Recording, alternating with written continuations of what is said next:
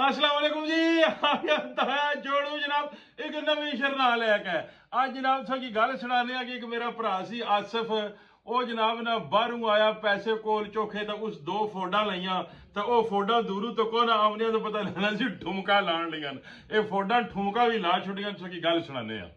मेरी लाड़ी ने तो आई बड़े रोले से चाली कहते कदे बानेट खोल देना कदे डिगियां खोल देनिया कदे कुछ ये मेरा भरा आसिफ हसन ग्रां मैं ये बाहर सी बड़ा सैट उतू छोड़ छड़ा के आया उस आख्या भी इतने आके दो फोटा छोटा लैसा तो अपना जनाब बेहतरीन काम जलसी बच्चों में रहसा आया जनाब ना उधरों अलंगा वाले पासू ना एक फोर्ड लैन दी उस निरी मोई मुकी भी ओ चाली कतरनी भी समझो दादी ते मिन बुलाग आखना लाला चेक करे ना मैं वैगन लैके आया की है जी है मैं क्या जरा वैगन लैके आए कि मझ ले तू उत्था जनाब ना रोला पै गया जेड़ा भी कोई आख्या चकोए वाली मझ कोई आख्या मैसियां अड्डे वाली मझ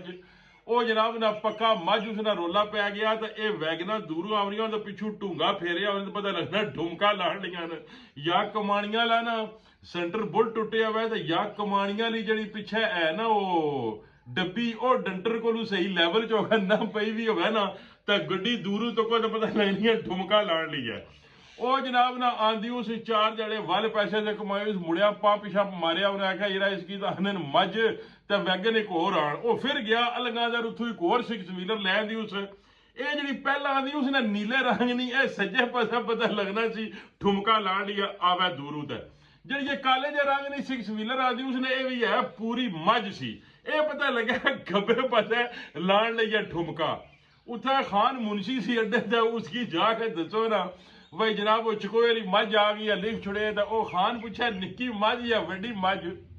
ਉਹ जनाब ने सारे आख्या जरा मझ ना आख्या कर छोड़ तू एडियां सोहनियां सन भरा सब वैकना लैके आया फिर मुंशी खान आख्या भाई ये केड़ी है जी सजे पासे ठुमका लानी है या खब्बे पासे ठुमका लानी है ये जनाब मुड़ के ना आसिफ की आखन जरा ना गल्लां गल्लां च भाई तू दूए नी तंबी जना जंग फसा लेने वो बेचारा शरीफ बंदा सी वो जनाब उसकी अलकाबात मिले कदे आखर जनाब वो आमन लगे ना जरा दुए नी तंबी जंग फसा लेना कोई आख्या जनाब वो आमन लगे ना जिस दो मझा रखियां कोई आख्या उसलियां फोडा जनाब वो बड़े ठुमके लानियां